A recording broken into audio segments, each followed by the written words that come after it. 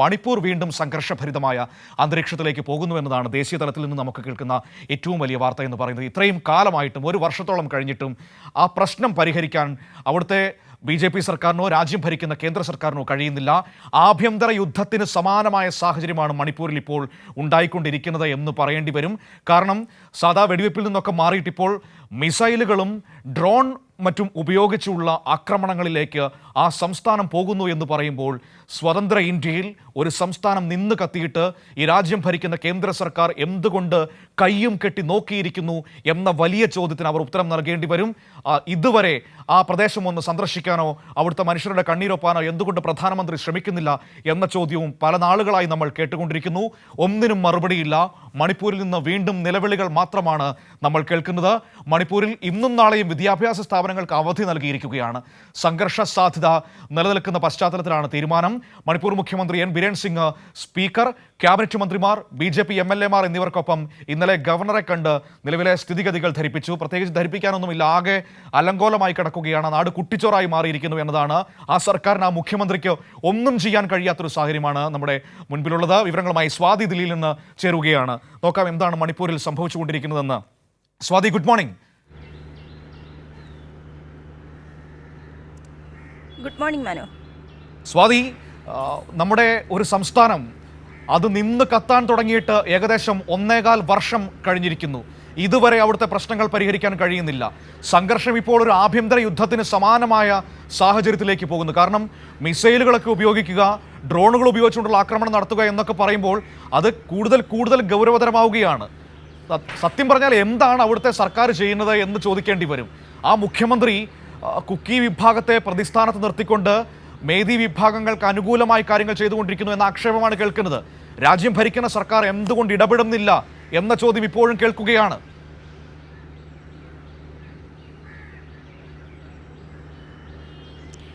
മനു സൂചിപ്പിച്ച പോലെ തന്നെ ഒരു ആഭ്യന്തര കലാപത്തിന് സമാനമായ അന്തരീക്ഷത്തിലൂടെ തന്നെയാണ് മണിപ്പൂർ കുറേ ദിവസങ്ങളായി കടന്നു പോകുന്നത്. നമുക്കറിയാം, ഒരു 1.5 വർഷത്തോളമായി മണിപ്പൂരിൽ ഇത്തരത്തിലൊരു സംഘർഷം ആരംഭിച്ചിട്ട്. അതേസമയം ഈ BJP ഭരിക്കുന്ന സംസ്ഥാന സർക്കാരോ കേന്ദ്ര സർക്കാരോ ഈ വിഷയത്തിൽ ഇതുവരെയും ഇടപെടാൻ തയ്യാറായിട്ടില്ല എന്നുള്ളതാണ് ഇത്ര തരത്തിലേക്ക് ക്രമസമാധാന നില പൂർണ്ണമായും തകരുന്ന രീതിയിലേക്ക് മണിപ്പൂരിനെ കൊണ്ടെത്തിച്ചതെന്ന് പറയാൻ കഴിയും. കഴിഞ്ഞ ദിവസങ്ങളൊക്കെ തന്നെ ഇത് സംബന്ധിച്ച കൂടിക്കാഴ്ചകളൊക്കെ നടക്കുമ്പോൾ പോലും ആ മേഖലകളിൽ സാധാരണപ്പെട്ട മനുഷ്യർ, സ്ത്രീകൾ, കുഞ്ഞുങ്ങളൊക്കെ തന്നെയും മാരകമായ ആയുധങ്ങളും അതുപോലെ തന്നെ ഡ്രോൺ ആക്രമണങ്ങളും മിസൈൽ ആക്രമണങ്ങളും തുടരുന്ന സാഹചര്യത്തിൽ വലിയ ഭയാനകമായ ഭീതിജനമായിട്ടുള്ള അന്തരീക്ഷത്തിലൂടെ കടന്നു പോവുകയാണ്. ഓരോ ദിവസവും അവിടെ അക്രമ സംഭവങ്ങൾ അരങ്ങേറുന്നു. കഴിഞ്ഞ ദിവസം ജിരിമാമിൽ അടക്കമുണ്ടായ സംഭവം അറിയാം. ഒരു മുൻ മന്ത്രിയുടെ വീടിന് നേരെ ആക്രമണം ഉണ്ടാകുന്നു. അത്തരത്തിൽ ഉന്നതരായിട്ടുള്ള ആളുകൾ പോലും ആക്രമണത്തിന് ഇരയാകുന്ന ഒരു സാഹചര്യം വരുമ്പോൾ അവിടുത്തെ സാധാരണക്കാരായിട്ടുള്ള സിവിലിയൻസിൻ്റെ അവസ്ഥ എന്ന് പറയുന്നത് നമുക്ക് ഊഹിക്കാൻ കഴിയുന്നതേ ഉള്ളൂ. അത്തരത്തിലേക്ക് ഒരു തീ ആളിക്കത്തിക്കൊണ്ട് തന്നെ ഇരിക്കുകയാണ് മണിപ്പൂരിൽ. കഴിഞ്ഞ ദിവസവും അതിൻ്റെ തലേ ദിവസവും ഗവർണറുമായൊക്കെ തന്നെയും കൂടിക്കാഴ്ചകൾ നടക്കുന്നുണ്ട്. എന്നാൽ ഈ ക്രമസമാധാനം പുനഃസ്ഥാപിക്കാൻ എന്ത് നടപടിയാണ് ഈ ബിരേൻ സിംഗിൻ്റെ നേതൃത്വത്തിലുള്ള സർക്കാർ ഇതുവരെയും സ്വീകരിച്ചത് എന്നുള്ളതാണ് ചോദ്യചിഹ്നമായി നിൽക്കുന്നത്. 1.5 വർഷമായിട്ടും ഇതുവരെ ഈ ഒരു ഭരണകൂടം, സംസ്ഥാന ഭരണകൂടം ഈ നാടിനു വേണ്ടി, ഈ സംസ്ഥാനത്തിനു വേണ്ടി എന്താണ് ചെയ്തത് എന്നുള്ളതാണ് ചോദ്യചിഹ്നമായി നിൽക്കുന്നത്.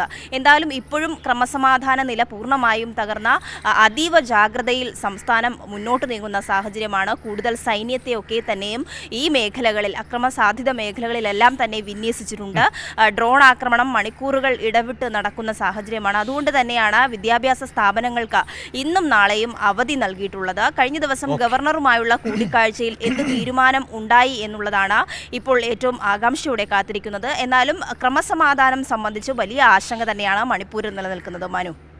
ഓക്കെ, താങ്ക് യു സ്വാതിയാണ് ദില്ലിയിൽ നിന്ന് നമുക്ക് ഈ വിവരങ്ങൾ നൽകിയത്. മണിപ്പൂർ അശാന്തമാണ് എന്ന് പറഞ്ഞാൽ ആ വാക്കിൽ അവിടുത്തെ പ്രശ്നങ്ങൾ അവസാനിക്കില്ല. അത്രമാത്രം ഒരു ദുഃഖകരമായ അന്തരീക്ഷത്തിലൂടെ, കലുഷിതമായ കലാപം നിറഞ്ഞ അന്തരീക്ഷത്തിലൂടെയാണ് ആ സംസ്ഥാനം കടന്നു പോകുന്നത്. കഴിഞ്ഞ ദിവസം ഒരു കണക്കുണ്ടായിരുന്നു, നമ്മുടെ പ്രധാനമന്ത്രി 70 ലോകരാജ്യങ്ങൾ സന്ദർശിച്ചുവെന്ന്. ഇതുവരെ എന്തുകൊണ്ട് അദ്ദേഹത്തിന് സ്വന്തം രാജ്യത്തെ ഈ സ്റ്റേറ്റിലേക്ക് ഇതുവരെ പോകാൻ തോന്നിയിട്ടില്ല എന്ന ചോദ്യം കഴിഞ്ഞ കുറേ നാളുകളായി പ്രതിപക്ഷം ചോദിക്കുന്നുണ്ട്, ചില മാധ്യമങ്ങൾ ചോദിക്കുന്നുണ്ട്. പക്ഷേ മറുപടി കിട്ടിയില്ല. ആ സംസ്ഥാനം ഇപ്പോഴും കത്തിക്കൊണ്ടിരിക്കുകയാണ്. സ്വതന്ത്ര ഇന്ത്യയിലാണ് ഒരു സംസ്ഥാനം ഇങ്ങനെ ആഭ്യന്തര കലാപത്തിന് സമാനമായ അന്തരീക്ഷത്തിലൂടെ കടന്നുപോയിക്കൊണ്ടിരിക്കുന്നത് എന്നതാണ് ഏറ്റവും സങ്കടകരമായ സങ്കടകരമായ കാര്യം. എന്തുകൊണ്ടത് അവസാനിപ്പിക്കുന്നില്ല എന്നത് തന്നെയാണ് നമുക്ക് എപ്പോഴും ചോദിക്കാനുള്ളത്.